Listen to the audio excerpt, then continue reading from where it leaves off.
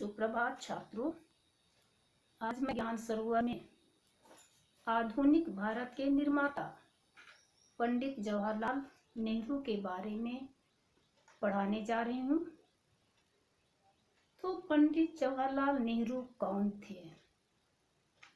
पंडित जवाहरलाल नेहरू स्वतंत्र भारत के प्रथम प्रधानमंत्री थे। वे शांति प्रिय व्यक्ति थे। उनका जन्म 14 नवंबर 1989 ईस्वी को इलाहाबाद में कश्मीर के प्रसिद्ध कौल ब्राह्मण परिवार में हुआ था। तो इस तरह से उसका सिलसिला किस प्रकार चलता है हम किताब पर ध्यान देंगे। आधुनिक भारत के निर्माता पंडित जवाहरलाल नेहरू देश को नया स्वरूप देने का श्रेय स्वतंत्र भारत के प्रथम प्रधानमंत्री पंडित जवाहरलाल नेहरू को है। शांति के देवता जनता के जवाहर का जन्म 14 नवंबर 1889 ईस्वी को इलाहाबाद में कश्मीर के प्रसिद्ध ब्राह्मण कौल परिवार में हुआ था। यानी स्वतंत्र भारत के प्रथम प्रधानमंत्री पंडित जवाहरलाल नेहरू थे। वे शांति प्रिय व्यक्ति थे। उनका जन्म 14 नवंबर 1889 ईस्वी को इलाहाबाद में कश्मीर के प्रसिद्ध कौल ब्राह्मण परिवार में हुआ था। उनके एक पूर्वज पंडित राज कौल मुगल सम्राट फारुखशियर के शासनकाल में कश्मीर से दिल्ली आकर चांदनी चौक में यमुना नदी के किनारे नहर के किनारे एक मकान में रहने लगे। नहर के किनारे रहने के कारण वे नेहरू कहलाए। उन्हीं के वंश में पंडित मोतीलाल के पुत्र जवाहरलाल नेहरू थे। पंडित जवाहरलाल नेहरू की माता स्वरूप रानी एक सरल हृदय तथा धर्मपरायण महिला थी। तो पंडित जवाहरलाल नेहरू के एक पूर्वज पंडित राज कौल मुगल सम्राट फारुखशियर के शासनकाल में कश्मीर से दिल्ली आकर चांदनी चौक में यमुना नहर के किनारे एक मकान में रहने लगे थे। नहर के किनारे रहने के कारण ही वे नेहरू कहलाए। इनके पिता का नाम पंडित मोतीलाल नेहरू था और माता का नाम स्वरूप रानी। यह सरल हृदय महिला थी और धर्मपरायण महिला भी। समृद्धि और वैभव के वातावरण में बालक जवाहर का पालन पोषण हुआ। बचपन में पिता के अनुशासन में रहते हुए घर पर ही उनकी शिक्षा हुई। तो सभी प्रकार की सुविधाओं और वैभव के वातावरण में बालक जवाहर का पालन पोषण हुआ। बचपन में पिता की देखरेख में ही उनकी प्राथमिक शिक्षा हुई। मुंशी मुबारक अली ने उन्हें फारसी पढ़ाई। अंग्रेजी शिक्षा देने के लिए एक यूरोपियन गवर्नेंस की नियुक्ति की गई। फारसी की पढ़ाई या उसकी शिक्षा देने के लिए मुंशी मुबारक अली को नियुक्त किया गया और अंग्रेजी शिक्षा देने के लिए एक यूरोपियन गवर्नर की नियुक्ति की गई। जब जवाहर 10 वर्ष के थे तब उनका परिवार इलाहाबाद में आनंद भवन में आकर रहने लगे। जवाहर के 10 वर्ष होने पर उनका पूरा परिवार इलाहाबाद में आनंद भवन में आकर रहने लगे। सन 1905 ईस्वी में पंडित मोतीलाल उन्हें अपने साथ इंग्लैंड ले गए और हैरो के प्रसिद्ध पब्लिक स्कूल में शिक्षा हेतु उन्हें भर्ती करा दिया। तो 1905 ईस्वी में पंडित मोतीलाल ने उनको अपने साथ इंग्लैंड ले गए और हैरो के प्रसिद्ध एक पब्लिक स्कूल में दाखिला करा दिया। इस समय उनकी आयु 15 वर्ष थी। जब हैरो के पब्लिक स्कूल में इनकी दाखिला करा दी गई, उस समय वे मात्र 15 वर्ष के थे। 1700 बाद में 1907 ईस्वी में कैम्ब्रिज विश्वविद्यालय के ट्रिनिटी कॉलेज से उन्होंने विज्ञान विषय में बीए उत्तीर्ण किया और टेम्पल से बैरिस्ट्री की उपाधि प्राप्त कर 1912 ईस्वी में स्वदेश लौट आए। तो 1905 ईस्वी में मोतीलाल जवाहर को अपने साथ इंग्लैंड ले गए। उन्हें हैरो के प्रसिद्ध पब्लिक स्कूल में दाखिला करा दिया गया और उस समय उनकी उम्र मात्र 15 वर्ष थी। बाद में 1907 ईस्वी में कैम्ब्रिज विश्वविद्यालय के ट्रिनिटी कॉलेज से उन्होंने विज्ञान के विषय में बीए उत्तीर्ण किया और टेम्पल से बैरिस्ट्री की उपाधि प्राप्त कर 1912 ईस्वी में अपने देश लौट आए।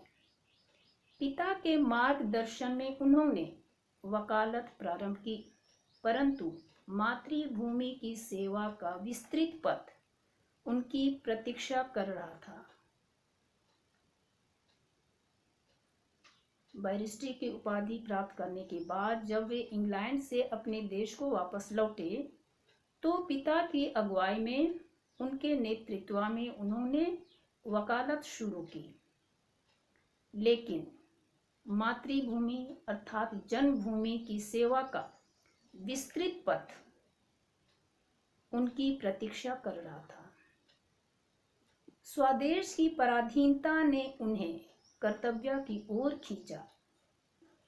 तो इससे पहले हमारा देश अंग्रेजों के अधीन था, दूसरे देशों के अधीन था। तो उस पराधीनता ने जवाहर को कर्तव्य की ओर खींचा। बांकीपुर में होने वाले कांग्रेस के वार्षिक अधिवेशन में शामिल होकर पहली बार नेहरू जी ने पराधीनता की पीड़ा को भली प्रकार समझा। बांकीपुर में होने वाले कांग्रेस के वार्षिक अधिवेशन में शामिल होने के बाद पहली बार नेहरू ने पराधीनता की पीड़ा को भली भांति समझा। गोपाल कृष्ण गोखले के विचारों ने उनके जीवन पर गहरा प्रभाव डाला और गोपाल कृष्ण गोखले इनके विचारों ने उनके जीवन पर गहरा प्रभाव डाला। अब जवाहर देश की सेवा की ओर आकर्षित हुए, यानी पराधीनता की पीड़ा और गोपाल कृष्ण गोखले के विचारों ने उन्हें देश सेवा की ओर आकर्षित किया। 1916 ईस्वी में कमला के साथ दिल्ली में उनका विवाह हुआ। श्रीमती कमला नेहरू स्वभाव की स्नेहशील महिला थी। अगले वर्ष सुपुत्री इंदिरा का जन्म हुआ। तो 1916 में कमला के साथ जवाहर का विवाह हो गया। श्रीमती कमला नेहरू स्वभाव से स्नेहशील महिला थी। अगले वर्ष यानी एक वर्ष बाद उन्होंने सुपुत्री इंदिरा को जन्म दिया। 1919 ईस्वी में जालियांवाला बाग में निरपराध देशवासियों का अंग्रेजों द्वारा जो हत्याकांड हुआ उसने जवाहरलाल नेहरू के जीवन को कर्तव्य की दिशा में मोड़ दिया। यानी देश की आज़ादी के लिए कुछ करने की इच्छा उनमें उत्पन्न हुई। वकालत छोड़कर पिता और पुत्र दोनों ने मातृभूमि की सेवा में अपने जीवन अर्पित कर दिया। यानी 1919 में जालियांवाला बाग में अंग्रेजों के द्वारा जो हत्याकांड किया गया, उस हत्याकांड ने जवाहरलाल नेहरू के जीवन को और भी प्रभावित कर दिया और देश सेवा की ओर उनको अग्रसर होने के लिए मोड़ दिया। वकालत छोड़कर पिता और पुत्र दोनों ने मातृभूमि की सेवा में जीवन अर्पित कर दिया और उसी के बाद पिता और पुत्र दोनों ने वकालत छोड़ दिया और मातृभूमि की यानी जन्मभूमि की सेवा में जीवन अर्पित कर दिया। 1921 ईस्वी में गांधी जी के नेतृत्व में उन्होंने असहयोग आंदोलन में भाग लिया और 6 मास का कारावास भोगा। तो 1921 ईस्वी में जब गांधी जी ने असहयोग आंदोलन छेड़ा, तब उस असहयोग आंदोलन में जवाहरलाल नेहरू ने भी भाग लिया और उन्हें 6 मास की जेल की सजा भोगनी पड़ी। 1929 में युवक हृदय सम्राट श्री जवाहरलाल नेहरू कांग्रेस के राष्ट्रीय अध्यक्ष चुने गए। उनकी योग्यताओं को देखकर, उनके मन में देश सेवा की भावना को देखकर उन्हें 1929 में कांग्रेस के राष्ट्रीय अध्यक्ष चुने गए। रावी नदी के किनारे लाहौर अधिवेशन हुआ, जहां अध्यक्ष पद से घोषणा करते हुए उन्होंने कहा कि हमारा लक्ष्य देश को पूर्ण स्वाधीन कराना है। उन्होंने देशवासियों से 26 जनवरी के दिन को स्वाधीनता दिवस के रूप में मनाने की अपील की। तो रावी नदी के किनारे लाहौर में अधिवेशन हुआ, जहां पर वे अध्यक्ष पद से घोषणा करते हुए कहा कि हमारा लक्ष्य, हमारा उद्देश्य देश को पूर्ण रूप से आज़ाद कराना है, स्वतंत्र कराना है, अपने अधीन कराना है। उन्होंने देशवासियों से 26 जनवरी के दिन को स्वाधीनता दिवस के रूप में मनाने की अपील की। महात्मा गांधी के नेतृत्व में उन्होंने कुशलता के साथ स्वाधीनता संग्राम का संचालन किया। महात्मा गांधी के नेतृत्व में, उनकी अगुवाई में उन्होंने कुशलता के साथ स्वाधीनता संग्राम का संचालन किया। 1931 से 1935 के बीच का काल नेहरू जी के अथक परिश्रम, लगन और त्याग की कहानी है। तो 1931 से लेकर 1935 के बीच में नेहरू जी ने देश को आज़ादी दिलाने के लिए अथक परिश्रम किया। उनके प्रति वे लगनशील रहे और उन्होंने उसके लिए अपना सब कुछ त्याग दिया। अपनी जीवन संगिनी पत्नी कमला की बीमारी की ओर भी वे ध्यान ना दे सके। इतना ही नहीं, वे अपनी जीवन संगिनी पत्नी कमला देवी के बीमार होने पर भी उसकी ओर ध्यान तक न दे पाए। 1936 ईस्वी में स्विट्जरलैंड में श्रीमती कमला नेहरू स्वर्ग सिधर गईं और बीमारी के कारण उनकी पत्नी कमला नेहरू का देहांत 1936 ईस्वी में स्विट्जरलैंड में हो गई।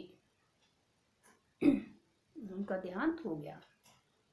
इस आघात से भी जवाहरलाल नेहरू जी के देश सेवा के व्रत में कोई कमी नहीं आई। यानी उनमें जो देश सेवा करने की भावना थी उनमें जरा भी आंच नहीं आई। वे पुनः कांग्रेस के अध्यक्ष निर्वाचित हुए। उन्हें फिर से कांग्रेस के अध्यक्ष निर्वाचित किया गया। ब्रिटिश सरकार ने देश में प्रांतीय शासन के प्रस्ताव को स्वीकार कर लिया।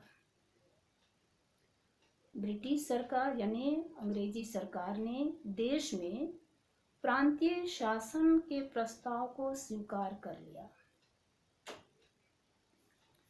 इस समय नेहरू जी ने सारे भारत का दौरा किया, संपूर्ण भारत का भ्रमण किया और जनता में नव जागृति का मंत्र फूंका। यानी लोगों में स्वतंत्रता का मंत्र फूंका, लोगों में देश को आजाद कराने की भावना का प्रसार किया। उनके प्रयत्न से 1937 में 8 प्रांतों में कांग्रेस की सरकार बनी। तो जिस समय ये कांग्रेस के अध्यक्ष थे उसी समय जवाहर के कोशिश उनके प्रयास से ही 1937 में 8 प्रांतों में कांग्रेस की सरकार बनी। इसी समय द्वितीय विश्व युद्ध आरंभ हो गया। युद्ध के विषय पर मतभेद होने के कारण 1939 ईस्वी में प्रांतीय कांग्रेस सरकारों ने त्यागपत्र दे दिया। जब देश में द्वितीय विश्व युद्ध शुरू हुआ, युद्ध के विषय को लेकर इनके बीच में मतभेद हो गया और 1939 ईस्वी में प्रांतीय कांग्रेस सरकारों ने त्यागपत्र दे दिया। तो 1942 ईस्वी में महात्मा गांधी के नेतृत्व में भारत छोड़ो आंदोलन शुरू हुआ। इस आंदोलन में नेहरू जी ने महत्वपूर्ण भूमिका निभाई। जब प्रांतीय कांग्रेस सरकारों ने त्यागपत्र दे दिया, उसके बाद 1942 ईस्वी में महात्मा गांधी ने उनकी अगुवाई में भारत छोड़ो आंदोलन शुरू किया गया। इस आंदोलन में नेहरू जी ने महत्वपूर्ण भूमिका निभाई। यानी भारत छोड़ो आंदोलन में जवाहरलाल नेहरू ने भी महत्वपूर्ण योगदान दिया। 3 वर्ष का कारावास भोगकर 1945 में वे मुक्त हुए। यानी इस आंदोलन में शामिल होने के कारण उन्हें 3 वर्ष की जेल की सजा भुगतनी पड़ी और 3 साल की सजा समाप्त होने के बाद 1945 ईस्वी में वे जेल से मुक्त हुए। जेल जीवन का उन्होंने साहित्य की सेवा करके सदुपयोग किया। जेल में जितने दिन वे थे उन्होंने साहित्य की सेवा की। अपने बंदी जीवन के कुल 14 वर्षों में उन्होंने मेरी कहानी, पिता के पत्र पुत्री के नाम, भारत की खोज, विश्व इतिहास की झलक जैसे अमूल्य ग्रंथों की रचना की। तो जिस समय ये जेल में थे, लगभग उन्होंने 14 वर्षों तक जेल की सजा भोगी। तो इस बीच में उन्होंने मेरी कहानी, पिता के पत्र पुत्री के नाम, भारत की खोज जैसे विश्व इतिहास जैसे किताबों की रचना की।